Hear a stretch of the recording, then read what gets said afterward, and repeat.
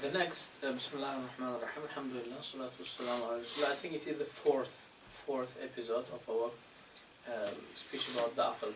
So it is again in Surah Al-Rum, ayah number 28, right after 4 ayat about the previous ayah where Allah says, يَعْقِلُونَ ضرب لكم مثلا من أنفسكم هل لكم مما ملكت أيمانكم من شركاء فيما رزقناكم فأنتم فيه سواء تخافونهم كخيفتكم أنفسكم كذلك نفصل الآيات لقوم يعقلون. Allah is solving the misconception about shirk. Okay, so because what was the understanding of those people was? Their understanding is, that's right, that Allah is the main creator. Okay, so now Allah is responding to all of the mushriks, including Christians also. So because what they say, Allah created everything, but then Allah gave it to Jesus, so He can do whatever Allah can do. Same thing about idol worshippers, same thing about other mushriks. Okay, so Allah said, Allah is giving you example from yourself. Do you have a slave? Okay, then whatever you have got, you give the position of everything to your slave. And you are afraid of him as you are afraid of yourself. So you expect yourself to use it or to waste it wherever you want. And is it possible that you have a slave and he can do in your wealth whatever you can do in it? Is it possible logically? Not possible. Because people, he will never give away his own position to others, and he will be just waiting on the side and doing nothing. That belongs to him, isn't it? So then Allah says, أَفَلَا تَعْقِلُونَ كَذَلِكَ نُفَصِّلُ الْآيَاتِ لِقَوْمٍ. And that's how we explain the signs and proofs for the people who use their brain.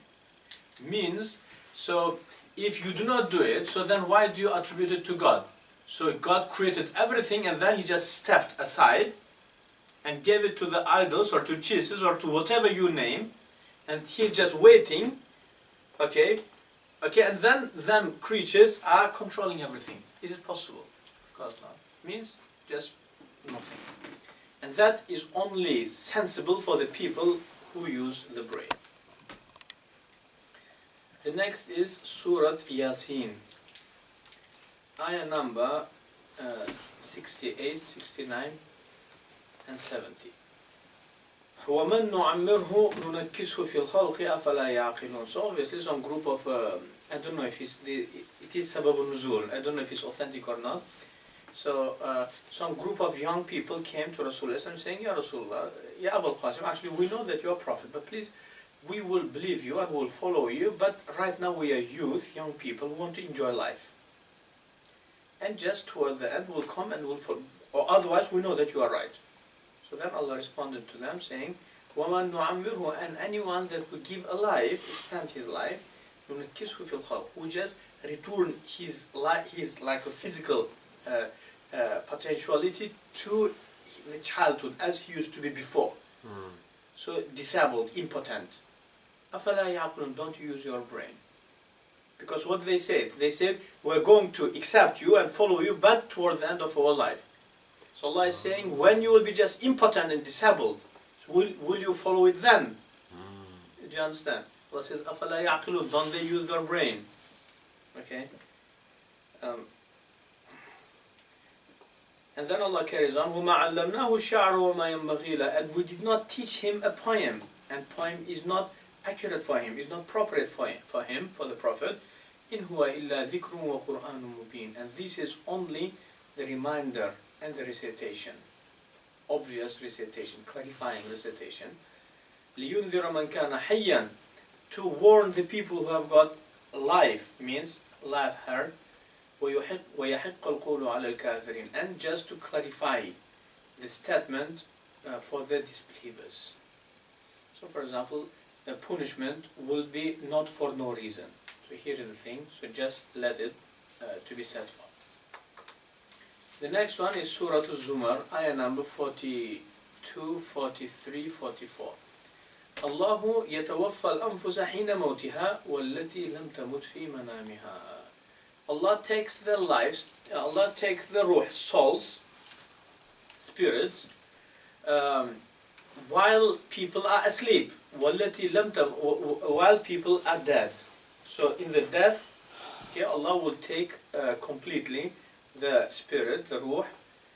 Also, وَالَّتِي, and from those people who are not dead, but فِي مَنَامِهَا, but who are asleep. Okay, so it means like a procedure of ruh being separated from the body is the same as when we sleep. So it will be just separated.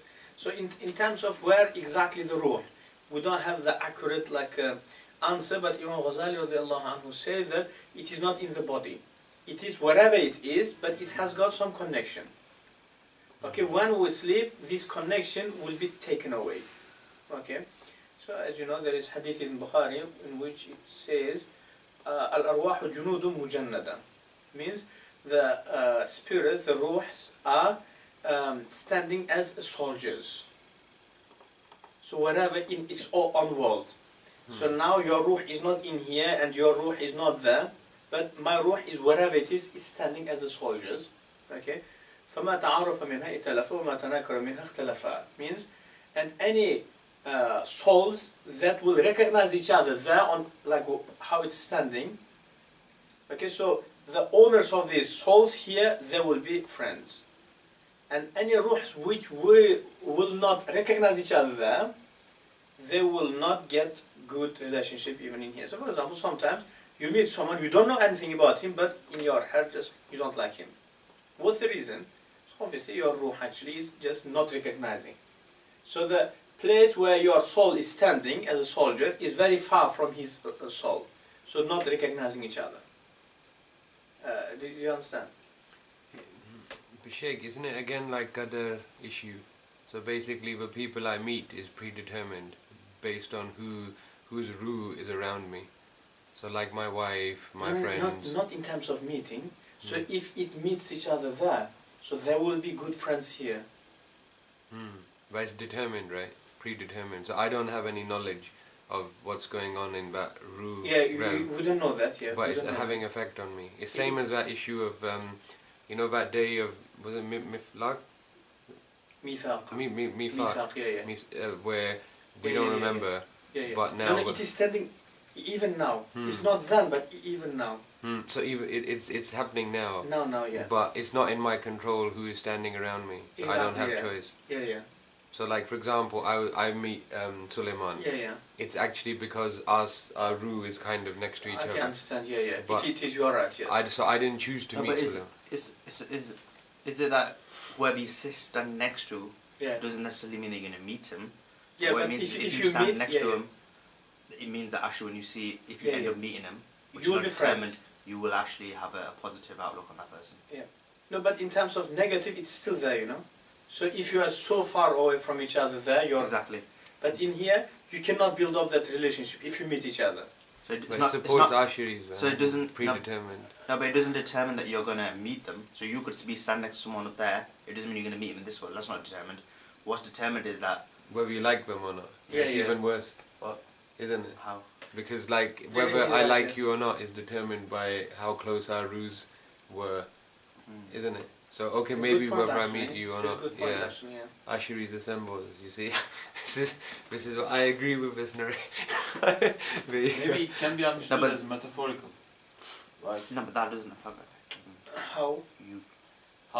But he's saying, you know, like, closeness doesn't mean physical or one by one, because we don't know how the system goes on. The Quran clearly says that we don't have that much knowledge about the ruh. Yeah, you are right. But Hadith does not say closeness, but Hadith says any two souls recognize each other because they're standing next to each other. So in here they will be friends.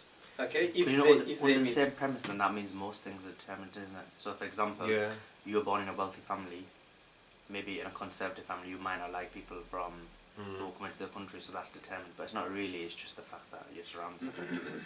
Environment is okay. But because I remember I was told this story. I think probably it's based on this hadith by some of Deobandi brothers about whoever you meet. It's because your ruh met in some... No. It's not like Hadith that. does not mean that. No. Okay. So if your soul knows each other there, not meeting, but knows each other there. So in here, you are going to build up a good relationship if you meet him. So maybe it's a bit like sometimes, as you say, you meet someone and you like them. How come? Just based on their face or something. Yeah. It's a bit strange. Yeah. So mystery actually. Yeah. So obviously your ruh has got its own say on your body. So you may not understand it, but something is happening.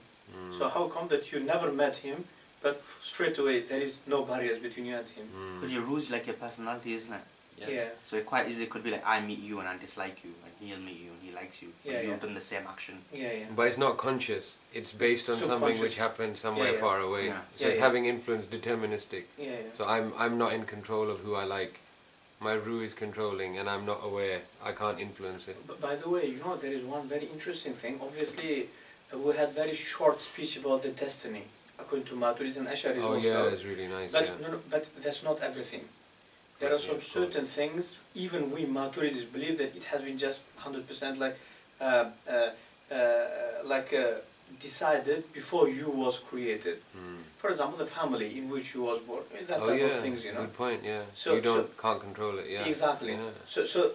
So we made very brief speech.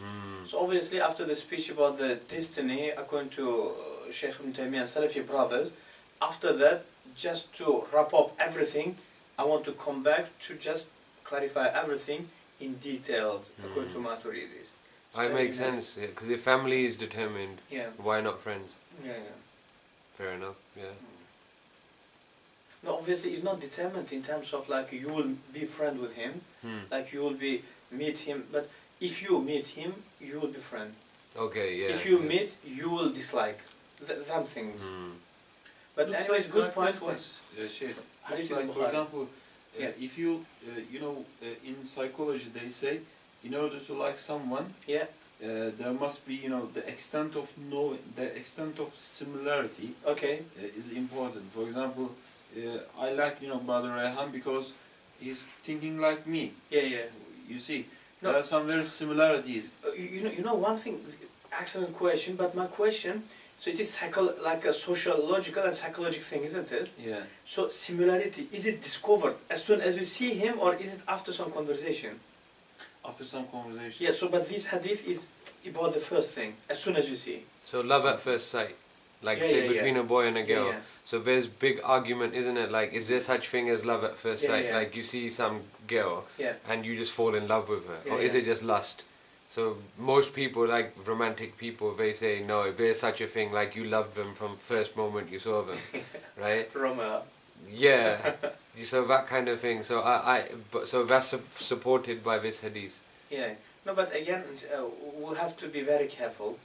I think we'll have to just go and look what senior fuqaha said about this hadith. Okay, so we'll have to just find out. But your comment is really just really important, actually.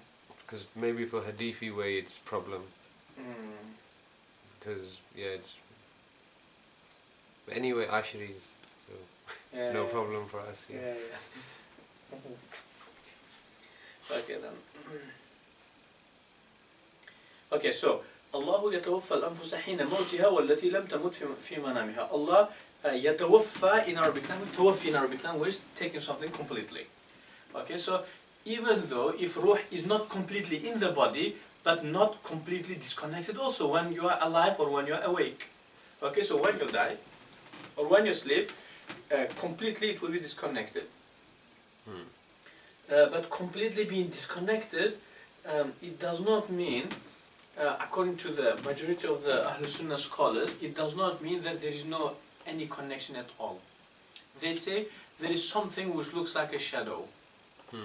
So the things which happens to your soul there, whatever it is, so its shadow will fall on you, so you see it as a dream. Okay? And some other contemporary scholars, latest scholars said, not contemporary but latest, they said it will be completely disconnected. And then what is a dream? Dream is when it will be reconnected, so the previous information will fall, just as it will be reconnected. Okay, so information will fall, so you see it very quickly as a dream. Because even, I don't know, I've been told, obviously you know better, in terms of psychologists, they measured in terms of the longest dream, and they measured that it is something about 10 to 12 seconds, isn't it? It's very short, but we see it as like long dream. How come? It is exactly the time when ruh was reconnected to the body. Very quickly, dream being passed on, like experience was passed on, and you see it, you receive that information in your brain, and you see, your senses will receive it as colors, for example, and voices, you know. It's something to consider, actually, something to consider. Because I don't know how much we dream, but I know, you know, that rapid eye movement, you know, at night when we're moving our eyes, yeah. It's only some period of deep sleep, and that is only that dreaming period, and that's the best sleep. So if you don't dream, your sleep is not restful. But how much it is, I don't know actually. Does anyone know? Like, so I read it that it is maximum 12 seconds. Really? Not longer than that, yeah. That would be shocking. It is, no, because look, ruh is obviously quicker than the flesh, isn't it? So like a 12 seconds for such a fast thing as a ruh, okay, will be sometimes years for the body. So you will see like a content of maybe 3-4 years in your dream. You are going to somewhere, seeing people, speaking, and all of that will be within, for example, 10 seconds. Because your ruh is very quick to move, isn't it? But if the ruh is completely disconnected from the body during sleep, then it means sleep should be exactly same state as death. Like we should be able to observe. It is death, yeah. The heart is beating, everything. No, even for example in coma. Oh, you mean like that? Okay. No. What I mean is, what is the coma? It is again when ruh is disconnected and it is not coming back. So, Sayyidi Abdulaziz Dabbagh radiallahu anhu says that normally some of the awliya, high-level awliya, so with awliya it happens quite regularly. Ruh being disconnected and body stays, and it could be acting. Okay? But then he says the difference between the senior wali and the junior wali. Senior wali, when his ruh is disconnected and flying somewhere, okay, so his body will be acting as normal. But the junior wali, when his ruh is disconnected, he will be acting as like a senseless person. Crazy, yeah. If you speak to him, he will not respond to you. He may not look at you. So animalistic brain is working, like not recognizing you. Know? Do you understand? So then he says, Abdulaziz Dabbagh says, so the time limit of the valid, like a disconnection, is 1 day. If ruh will not be reconnected somehow within 1 day, that body will be dead. Okay, so then he gives example saying that reconnection, sometimes it could be that, for example, you are like walking, and then you will just look back to see, for example, your clothes there.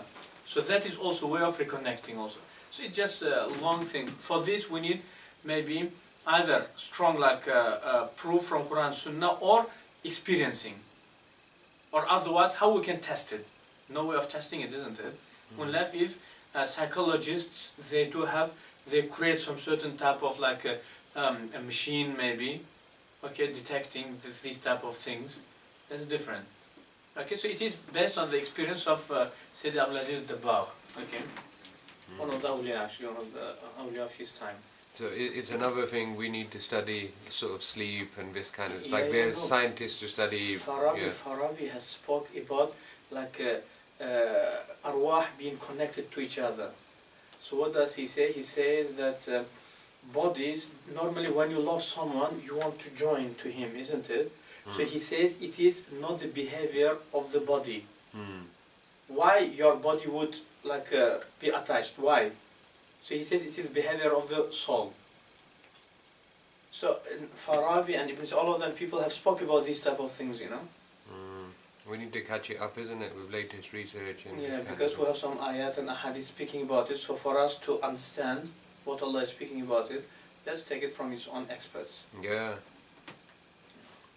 Because they do study many things. I remember I read these guys are interested in many things, like what happens when people take these kind of strange drugs, what happens in sleep, what happens if people are aware during sleep.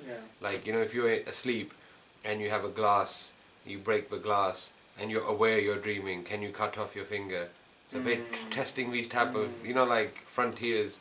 So it should be our job, because we discussed this 1400 years ago. So it's our duty to look into this, isn't it? It's not because like a sleeping is 50% of the life of a human being. It's not small thing. Yeah. So God definitely has to answer to many questions about sleeping, dreaming. As far as I know, till now, science couldn't give us answer why people sleep. Am I right? Well, they say it's because of that, to dream, so you're... So but ultimately, why you need that rest? Does your brain need to... Because sleeping is not the important thing, it's dreaming more. So if I sleep 20 hours but no dream, I will be tired and there will be a problem. So brain needs dreaming. What function does it serve? No ijma. No one can be sure, So it must be some reason, like to reorganize brain. Means like a question that human being needs to know, isn't it? Yeah. Means definitely Allah answered this question. So here is the answer here. So then he says, فَيُمْسِكُ الَّتِي قَضَى عَلَيْهَا الْمَوْتِ, and then God keeps the ruh, soul, for which Allah judged to die, وَيُرْسِلُ الْأُخْرَى, and then he releases the other one, the sleeping one, إِلَى أَجَلٍ مُسَمَّى, to specified time. Okay? إِنَّ فِي ذَلِكَ لَآيَاتٍ لِقَوْمٍ يَتَفَكَّرُونَ. Indeed, in this verse, there is proof, signs for those who think. يَتَفَكَّرُونَ. Okay? أَمِ اتَّخَذُوا مِن دُونِ اللَّهِ شُفَعَاءَ, or is it that they have got some supervisor or some sponsors beside God? قُلْ أَوَلَوْ كَانُوا لَا يَمْلِكُونَ شَيْئًا وَلَا يَعْقِلُونَ. Say to them that your gods that you made up for yourself, do you think that they are going to be God, even if they do not own, they do not possess anything, and they do not have any brain to use? Okay. قُلْ لِلَّهِ الشَّفَاعَةُ جَمِيعًا. Say to them that all of the interference belongs to God. لَهُ مُلْكُ السَّمَاوَاتِ وَالْأَرْضِ ثُمَّ إِلَيْهِ. And the position of the universe, earth and the heavens belongs to Him. ثُمَّ إِلَيْهِ تُرْجَعُونَ. And then you will return to Him. Okay, Zumar ayah 42, 40. Quran is just full of all of these type of things. It's just amazing, Sheikh. I think you've been so far 3 or 4 hours, and we didn't get very far, but all the big issues like who is God, what is Prophet, you have to use akal. Exactly.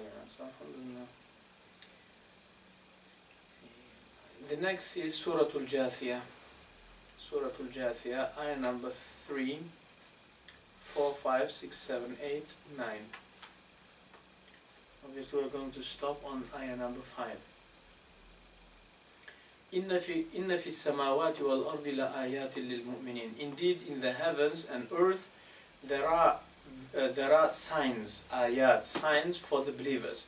وَفِي خَلْقِكُمْ, as well as there are signs in your own creature, in your own body, in your own creature. وَمَا بَثَّ مِن دَابَّةٍ آيَاتٌ لِقَوْمٍ يُوقِنُونَ. As well as in the in the creatures that Allah spread, the animals that Allah spread, there are signs for the people who have got certainty. وَاخْتِلَافِ اللَّيْلِ وَالنَّهَارِ, and the change of the day and night. وَمَا أَنزَلَ اللَّهُ مِنَ السَّمَاءِ مِنْ رِزْقٍ, as well as the rizq that Allah has sent from the heaven. Again, anzala. Okay. فَأَحْيَا بِهِ الْأَرْضَ بَعْدَمَا, and Allah resurrected by that rizq, resurrected the earth after its death. وَتَصْرِيفِ الرِّيَاحِ, and Allah controlling the winds. آيَاتٌ لِقَوْمٍ يَعْقِلُونَ. There are signs for the people who use aqal, brain. The next is Al-Hujurat. Okay, ayah number 3, 4, 5. إِنَّ الَّذِينَ يَغُضُّونَ أَصْوَاتَهُمْ عِنْدَ رَسُولِ اللَّهِ أُولَٰئِكَ الَّذِينَ امْتَحَنَ اللَّهُ قُلُوبَهُمْ لِلتَّقْوَى. Indeed, those who lower their voices in the presence of the Prophet, so they do not speak like loud. So indeed, those people whose heart has been tested by God, if it has got taqwa or not. لَهُمْ مَغْفِرَةٌ, so they did pass the test, so they have got forgiveness, وَأَجْرٌ عَظِيمٌ, and great reward. إِنَّ الَّذِينَ يُنَادُونَكَ مِنْ وَرَاءِ الْحُجُرَاتِ, but those, in terms of those who are shouting your name, Bedouins, group of Bedouins came from the outside of the house of the Prophet saying, Ya Muhammad, come on outside, oh Muhammad, so Allah said, indeed those يُنَادُونَكَ مِنْ وَرَاءِ الْحُجُرَاتِ who are calling your name behind the walls, okay, of your house, أَكْثَرُهُمْ لَا يَعْقِلُونَ, most of them, they do not have aql, they do not use their aql. Yeah, so a good description of the brothers actually. وَلَوْ أَنَّهُمْ صَبَرُوا, if they would be patient, حَتَّى تَخْرُجَ إِلَيْهِمْ, until you would come out, لَكَانَ خَيْرًا لَهُمْ, that would be better for them. Okay? وَاللَّهُ غَفُورٌ رَحِيمٌ, but Allah is most forgiving and most merciful, means Allah forgiving them also. Look, it's amazing.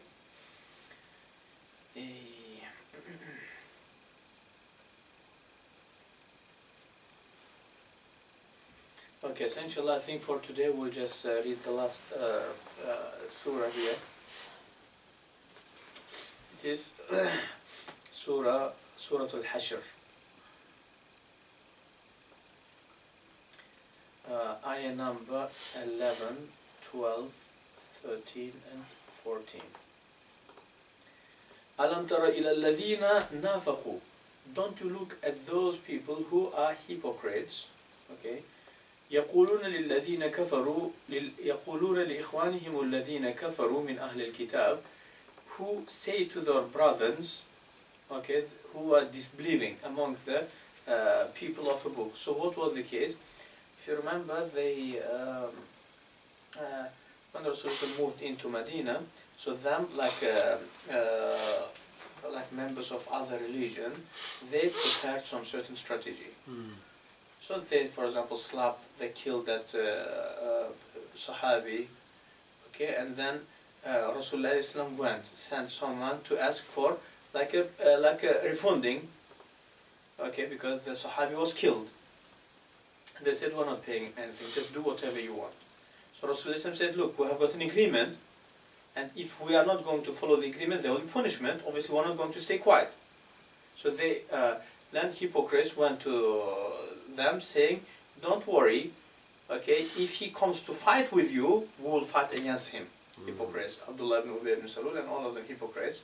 And they said, and if they will throw you out of Medina, we will go out with you also.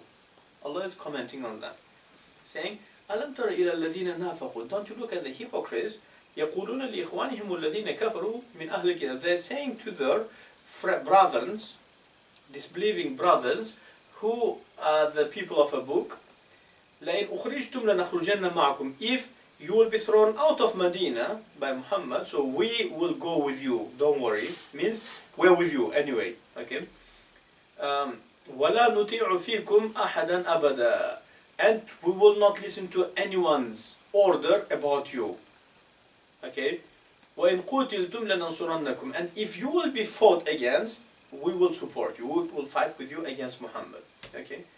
And then Allah says, Wallahu yashhadu, and Allah bears the testimony, innahum lakadibun, they are liars. Because if you remember, when them, Banu Israel have been thrown out of Medina, hypocrites remained in Medina. Liars. لَإِنْ أُخْرِجُوا لَا يَخْرُجُونَ مَعَهُمْ, when those Ahlul Kitab will be thrown out of Medina, Munafiqs will not go, which actually did happen. وَلَئِنْ قُوتِلُوا لَا يَنْصُرُونَهُم, and when they will be fought, they will not go to fight with them against you.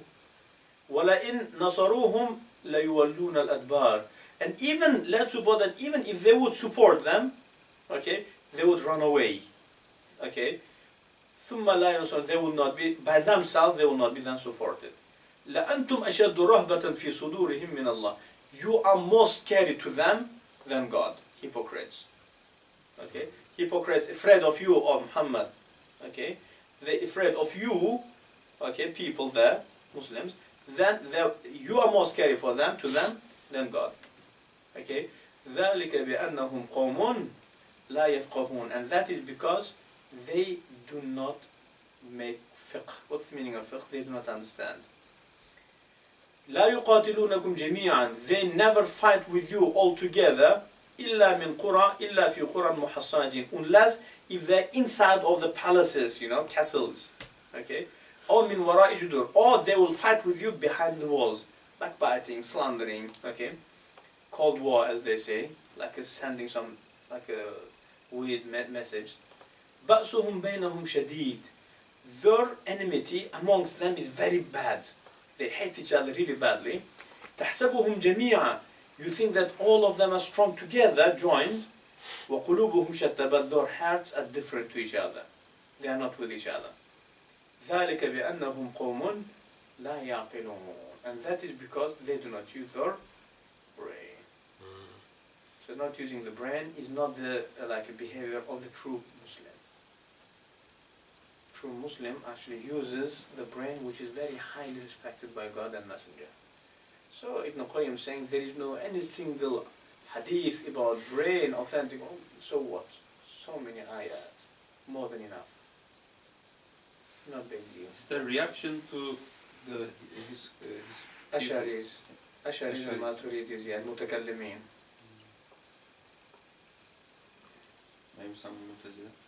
Mu'tazila also, yeah. His main problem was Ash'aris. Because we Maturidis were far away from him, from his teacher and from him also. We were just in Central Asia place.